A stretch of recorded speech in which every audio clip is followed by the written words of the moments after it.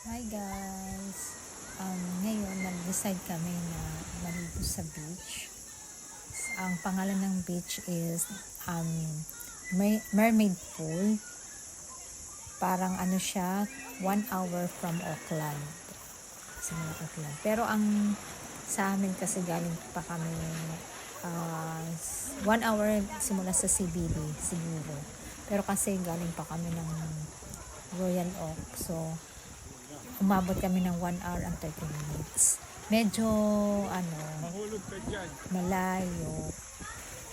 Malayo-layo. Kasi 1 hour and dali 3 hours ang biyahe namin balikan.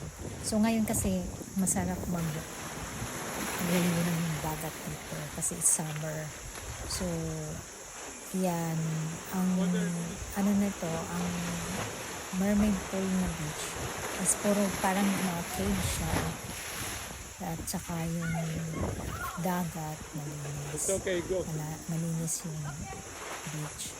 Marami dito naliligo, lalo na mga puti kasi mahilig sila sun dipping. Gusto nila nakababad sila sa arawan. So ito, ang sarap ng ang sarap ng beach nito. Parang nakaka-relax. So, papasok kami dyan sa parang cave siya. So, yan, sa pinaka front niya, maganda rin yung dagat na yun. Pwede ka rin maligo doon, marami naliligo doon. Pero dito kasi sobrang nangitim na ako kasi sobrang tirik ng araw. Araw siya.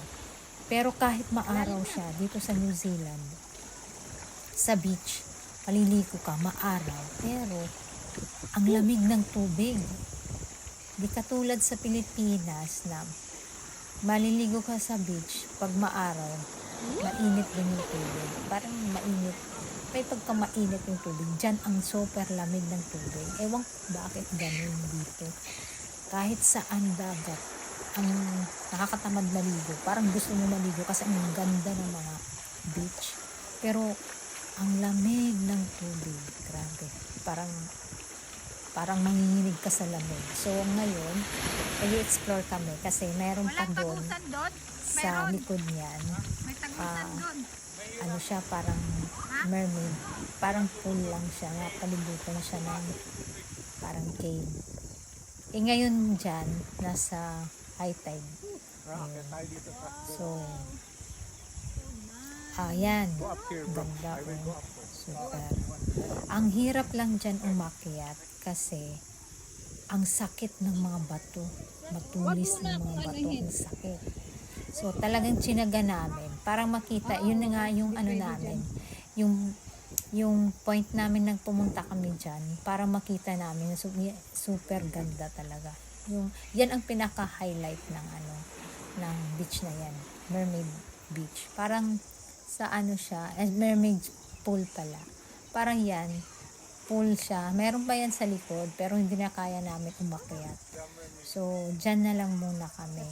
Nagkaroon pa nga ng parang aksidente yung mister ko, natapilok ata siya, parang sumakit yung kamay niya kasi sobrang talaga, nakalimutan na yung magtsinelas, sobrang tulis ng mga bato, ang sakit sa paa.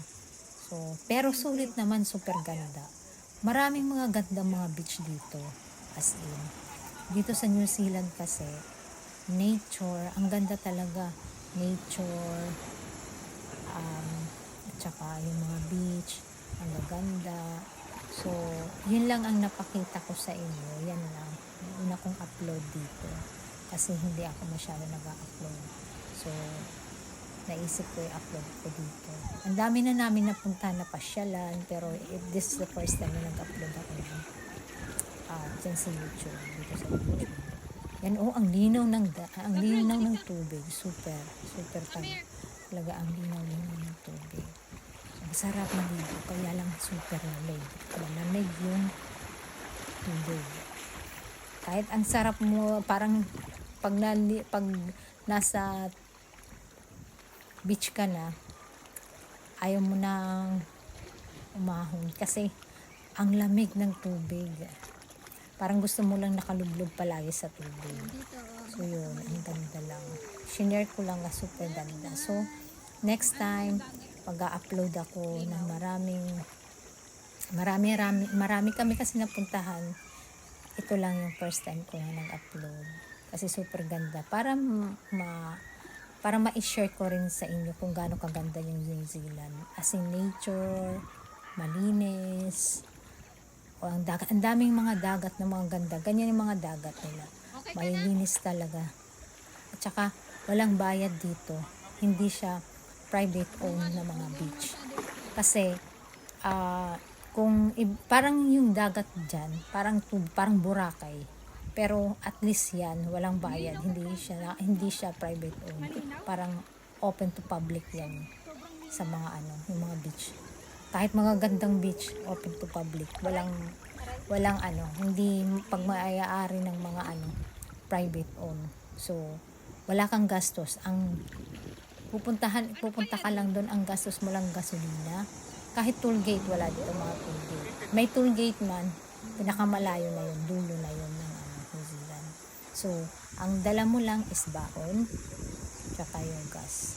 Kaya masarap dito mag-explore kasi walang mga bayad yung mga pasyalan dito. Ang tawag nga dito nila, work-life balance. Iyan, pumasok ako dyan sa cave kasi gusto ko i-explore. Kahit hindi ako kasya dyan. Ay, kasya naman, pero nakatakot kasi yung bato. Pag natamaan ka ng bato. So, next time, mag-upload ako. Thank you.